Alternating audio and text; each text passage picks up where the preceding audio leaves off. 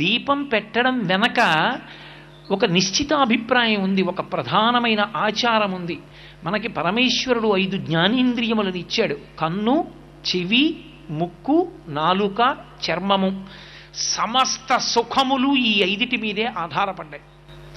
ఈశ్వరుడు కన్నిచ్చి చూపివ్వలేదు, చెవి ఇచ్చి వినికిడి శక్తి ఇవ్వలేదు, ముక్కిచ్చి వాసన చూసే శక్తి ఇవ్వలేదు, నాలుకకి రుచి చూసే శక్తి ఇవ్వలేదు, చర్మానికి స్పర్శ శక్తి ఇవ్వలేదు.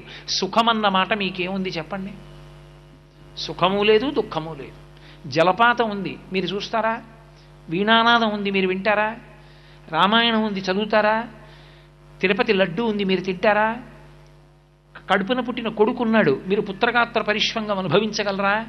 దేవాలయ శిఖరాన్ని చూస్తారా? ఎందుకు ఇంకా మీకు ఏమిటి సుఖం? బ్రహ్మాండమునందున్న ఏ భోగస్థానము మీకు సుఖస్థానము కాదు. సుఖము కానప్పుడు దుఃఖము కాదు.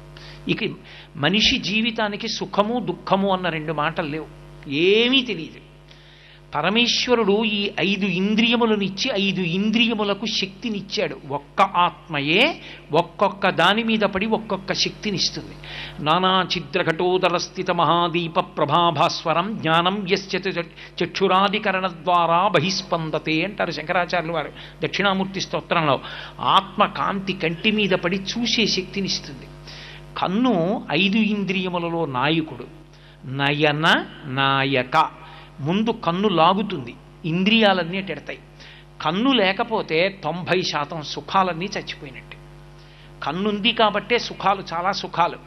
అటువంటి కంటిని నాకిచ్చి ఈ కంటితో నా కొడుకుని, నా కూతుర్ని, నా మనవల్ని, నా భార్యని, ఆ చెట్లని, పరమేశ్వర మూర్తిని, రామాయణ గ్రంథాన్ని, శ్లోకాల్ని చూసి పొంగిపోతున్నాను.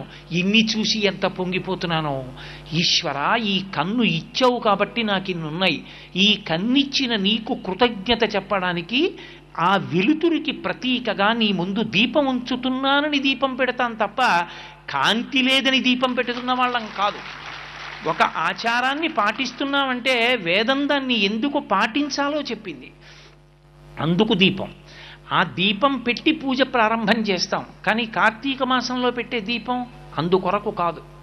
కార్తీక మాసంలో పెట్టేటటువంటి దీపానికి ఒక్కదానికి ఒక ప్రత్యేకత ఉంది.